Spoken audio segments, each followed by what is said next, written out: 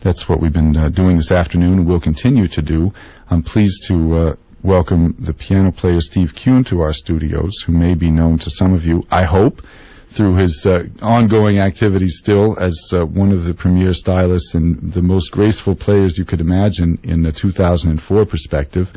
And that's pretty much been the case for the last 40 years. And we're actually winding back our clock to a point even before that when Steve Kuhn was much closer to the dawn of his professional career and also much closer to being 20 years old, which for him happened in the late part of the 50s. Shortly thereafter, pianist Kuhn was part of one of the extraordinary experiments of the late 50s in a project in the western edge of Massachusetts called the Lenox School of Jazz, which was that. It was both a school and a showcase and helped to bring young and emerging talent like Steve Kuhn into proximity with some of the established and emerging talent of the later part of the 50s, which by existing, I guess we're pointing to the fact that that's a very different world in 1959 when Steve Kuhn went to the Lenox School of Jazz from the one we have now. But part of what brings all this together is that some of the seeds of wisdom that were sown in enterprises like this helped to inform Steve Kuhn and make him the musically ready person that he was when he slammed into New York in that same period in 59 and 60. And has helped to make him part of the musical fabric of what we do today. So, Steve Kuhn, welcome to the John Coltrane Festival. Well, thank you. Thank you, Ben. It's great to be here. Thanks for inviting me. I'm pleased to find that in addition to being on the show, you've actually been listening to the show, and that's part of the payback for us is to know that we're reaching out to people who, some of whom never heard of Coltrane, some of them have known and loved him all their lives, but hopefully you're hearing something new, and then there's people like yourself who have caught up with some of our broadcasts already and maybe heard something a little bit new that didn't run into your mind before. Yeah, well, there are a lot of things that you played that I really hadn't heard. I haven't listened to a great deal of it, but some stuff, especially the things that were bootlegged, those I haven't heard. There was, as I had mentioned to you off the air before, there was when I was working with him at the Jazz Gallery.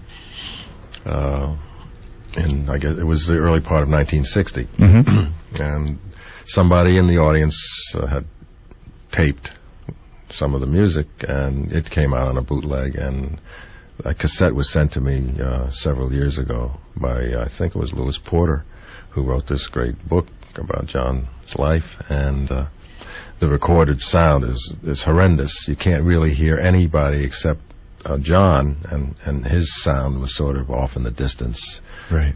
You can barely hear piano, bass, no bass, and the drums sort of, but the quality is terrible. But nevertheless, this has been bootlegged, I guess, and so it's out there in the ether somewhere.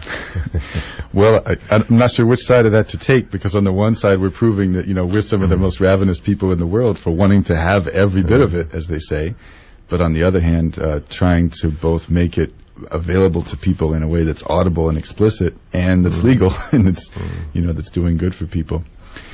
We're going to talk through the afternoon about I hope all the dimensions of your interface with Train and all these things that in a way are still indefinable. I mean, we can't even do with Steve Kuhn what we could do with Julian Yule and actually sit here and play a record that you're on and say, well, here's what's happened. You're pointing out that your time with Train was limited in scope as far as basically it's parts of one long engagement. Yes. At the beginning of what is a critical point for Coltrane, and that's part of the significance of hearing your viewpoints on it, but there's really not much in recorded evidence to show for it. But before we leave this topic, and this sort of makes my question all that much more ridiculous, because you're saying that the recording that you've heard that may be the only one surviving of you and Train doesn't sound good. It isn't available to us. We're not about to play it. We're not listening to it right now, but you've heard it. Do you hear yourself in there? Do you hear something that you're sure is Steve Kuhn, or just a piano? Oh, yes.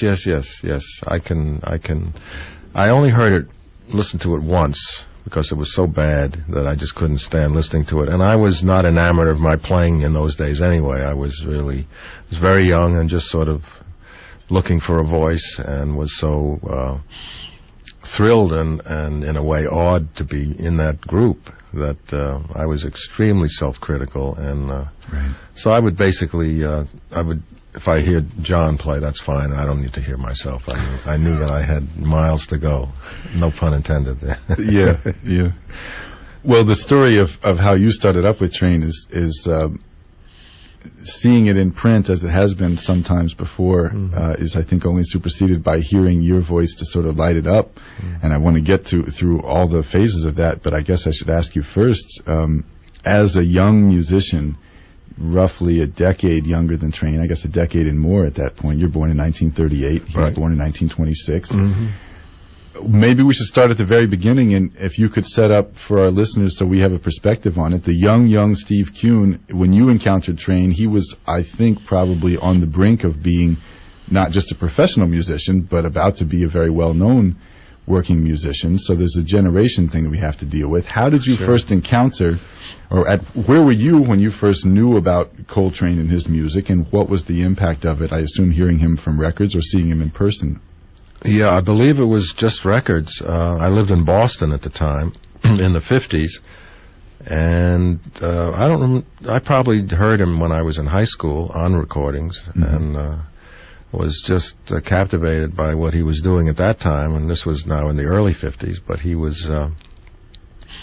You could hear a lot of rough edges in his playing, but nevertheless, what he was doing was so, to me, very different. His voice, his sound, just what he was doing, the ideas, really got my attention big time. And I would get the goosebumps when I heard him. Even though his intonation was weird at times when he was playing with Miles in those early recordings, but to me, listening to those quintet recordings now, I mean, it's thrilling. It's thrilling to hear that whole band was just, for me, arguably the best jazz small unit in the history of the music. You're talking about, I assume, the first chapter of Miles Davis's quintet with Red Garland on piano? Yep. So the 55, 56. Paul and Philly Joe. Yeah. I mean, those are just extraordinary recordings.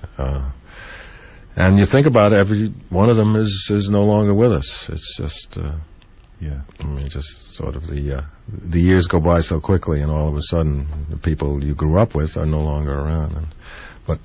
But in terms of John, he just got my attention very early on, and I followed. I probably bought every LP that he did